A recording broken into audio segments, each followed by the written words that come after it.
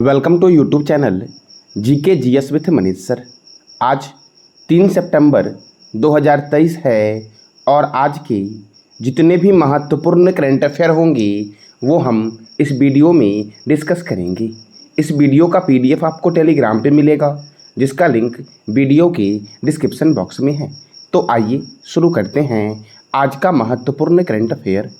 आज का पहला प्रश्न है, विश्व नारियल दिवस कब मनाया गया है? तो यह मनाया गया है साथियों 2 सितंबर को विश्व नारियल दिवस।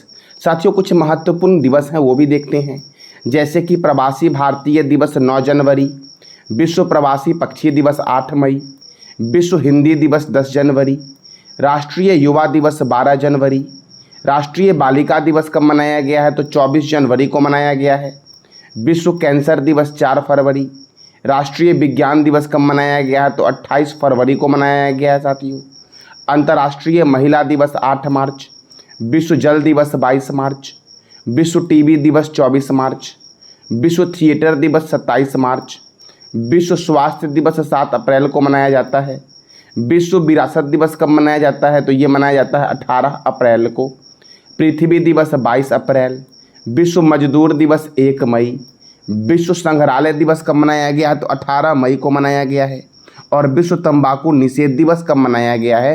तो 31 मई को मनाया गया है विश्व तंबाकू निषेध दिवस साथियों।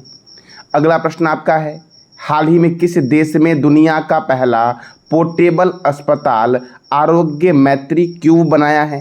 तो साथियों अपने प्यारे देश भारत ने दुनिया का पहला पोर्टेबल अस्पताल आरोग्य मैत्री क्यूब बनाया है साथियों। किस देश ने बनाया है? तो अपने प्यारे देश भारत ने साथियों। अगला प्रश्न आपका है, हाल ही में मिसेज यूनिवर्सिटी इंडिया 2023 का खिताब किसने जीता है? तो माधुरी पटेल ने जीता है साथियों। किसने जीता है? माधुरी पटेल ने। ये माधुरी पटेल जो है ये कहाँ की है? तो यह महाराष्ट्र के नागपुर की है माधुरी पटेल। और साथियों इसका आयोजन कहाँ हुआ है? तो नई दिल्ली में इसका आयोजन हुआ है, और सी इज इंडिया के द्वारा माधुरी पटेल को यह ताज पहनाया गया है साथियों।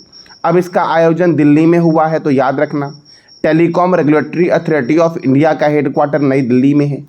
यूनियन पब्लिक सर्विस कमीशन का हेडक्वार्टर कहाँ है? तो नई दिल्ली में है साथियों। बॉर्डर सिक्योरिटी फोर्स का हेडक्वार्टर कहाँ है? नई दिल्ली में। बॉर्डर रोड ऑर्गेनाइजेशन का हेडक्वार्टर भी नई दिल्ली में है। RPF railway protection force, Punjab national bank, oil and natural gas corporation, table tennis federation of India और ऑल इंडिया फुटबॉल फेडरेशन, ये सब का हेडक्वार्टर कहाँ है साथियों? तो नई दिल्ली में है साथियों। कुतुब मीनार ये कहाँ है? तो ये भी नई दिल्ली में है। आपको बताना है कि कुतुब मीनार का निर्माण किसने शुरू करवाया और इसे पूरा किसने करवाया। इस दोनों प्रश्न का जवाब देना है कमेंट बॉक्स में आपको। अगला प्रश्न आपका है, हाल ही में हरियाणा के किस शहर में हर मंगलवार को कार मुक्त शहर घोषित किया गया है? तो साथियों हर मंगलवार को यहाँ कार मुक्त होगा, और यह हरियाणा किस शहर में किया गया है? तो करनाल में किया गया है। अब साथियों हरियाणा के करनाल में किया गया है तो हरियाणा की राजधानी है चंडीगढ़, और चंडीगढ़ शहर जो साथियों आपका है ये 2 राज्यों की संयुक्त राजधानी है, हरियाणा और पंजाब की। चंडीगढ़ का वास्तुकार कौन है? ली कार्बूजियर। चंडीगढ़ में ही है एक रॉक गार्डन, उसका वास्तुकार कौन है? नेक चंद्र साथियों। और चंडीगढ़ का वास्तुकार कौन है? ली कार्बूजियर। हरियाणा के गवर्नर हैं बंडारू दत्तात्रेय। हरियाणा के मुख्यमंत्री हैं मनोहर लाल खट्टर, और यहाँ पर राज्यसभा 5 है और लोकसभा कितना है? तो साथियों 10 है हरियाणा में। देखो कुछ महत्वपूर्ण नेशनल पार्क है हरियाणा में, जैसे कि कालेसर राष्ट्रीय उद्यान, सुल्तानपुर राष्ट्रीय उद्यान, छिलछिला वन्यजीव अभ्यारण्य, खापरवास वन्यजीव अभ्यारण्य, भिंडावास वन्यजीव अभ्यारण्य, दालमा झील ये कहाँ है? तो हरियाणा में है साथियों दालमा झील। सौर रिहंद परियोजना सतलज नदी पर है हरियाणा में। अगर मैं आपसे पूछूं रिहंद परियोजना, तो रिहंद परियोजना किस नदी पर है और किस राज्य में है ये बताना है कमेंट बॉक्स में। सौरिहंद परियोजना या सौरिहंद नहर ये सतलज नदी पर हरियाणा में है। National dairy research institute Karnal में है। National brain research centre Gurugram में है साथियों भारत का पहला अनाज एटीएम अन्नपूर्णा एटीएम भी गुरुगांव में ही बना है। बुनकरों का शहर बोला गया है पानीपत को, और महाराजा अग्रसेन अंतर्राष्ट्रीय हवाई अड्डा कहाँ है? तो हरियाणा के हिसार में है साथियों, महाराजा अग्रसेन अंतर्राष्ट्रीय हवाई अड्डा। भारत की पहली हवाई सेवा टैक्सी चली थी आपका हरियाणा में ही चली थी, जो चंडीगढ़ से हिसार के लिए चली थी। और साथियों, इंटरनेशनल सोलर अलायंस का हेडक्वार्टर कहाँ है? तो गुरुग्राम में है साथियों। Rajiv Gandhi thermal power station, Deen Bandhu Chhotu Ram thermal power station, ये भी हरियाणा में है साथियों। अगला प्रश्न आपका है, किस संगठन ने भारतीय नौसेना के लिए डाइविंग स्पोर्ट क्राफ्ट लॉन्च किया है साथियों? तो डाइविंग स्पोर्ट क्राफ्ट जो लॉन्च किया गया है, ये लॉन्च किया गया है टीटागढ़ रेल सिस्टम के द्वारा साथियों। किसके द्वारा? टीटागढ़ रेल सिस्टम के द्वारा साथियों। अब ये साथियों, ये डीसीएफ है क्या? तो देखो, यह एक अत्याधुनिक पोत है जो किसी भी संभावित पानी के नीचे के वातावरण में गोताखोरी संचालन की सुविधा के लिए उन्नत तकनीकी क्षमताओं से सुसज्जित है साथियों। और इसे किसने लॉन्च किया है? तो Titagarh railway station rail system ने साथियों। किसने? टीटागढ़ रेल सिस्टम ने साथियों। अगला प्रश्न आपका है, हाल ही में किस देश के राज्य ने अक्टूबर महीने को Hindu heritage of the month घोषित किया है, यानी कि हिंदू विरासत माह घोषित किया गया है? तो अमेरिका का एक राज्य है जॉर्जिया, जॉर्जिया ने ही यह घोषित किया है साथियों। अक्टूबर का महीना राज्य के भीतर हिंदू विरासत माह के रूप में मनाएगा साथियों। कौन? तो अमेरिका का जॉर्जिया राज्य साथियों। अब साथियों, अमेरिका तो भारत और अमेरिका के बीच एक सैन्य अभ्यास होता है, उसका नाम है टाइगर ट्रंप सैन्य अभ्यास, युद्धाभ्यास सैन्य अभ्यास। ये भारत और अमेरिका के बीच होता है। 49वीं समांतर रेखा अमेरिका और कनाडा के बीच है। और साथियों, याद रखना, अमेरिका और कनाडा के सीमा पर ही स्थित है एक सेंट लॉरेंस नदी, जहाँ पर स्थित है नियाग्रा जलप्रपात। तो आपको बताना है भारत में किस झरने को बोला गया है नियाग्रा जलप्रपात, और यह किस राज्य में है, ये बताना है कमेंट बॉक्स में आपको। उत्तरी ध्रुव पर पहुंचने वाला प्रथम व्यक्ति है रॉबर्ट पियरी। चंद्रमा पर उतरने वाला प्रथम व्यक्ति कौन है? तो नील एंगस्ट्रॉम है साथियों। संविधान लिखने वाला प्रथम देश कौन है? अमेरिका।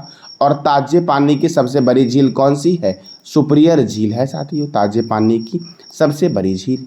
अगला प्रश्न आपका है, थरमन शनमुगरत्नम किस देश के राष्ट्रपति बनेंगे? तो सिंगापुर के राष्ट्रपति बनेंगे थरमन शनमुगरत्नम। किस देश के राष्ट्रपति बनेंगे? सिंगापुर के साथियों।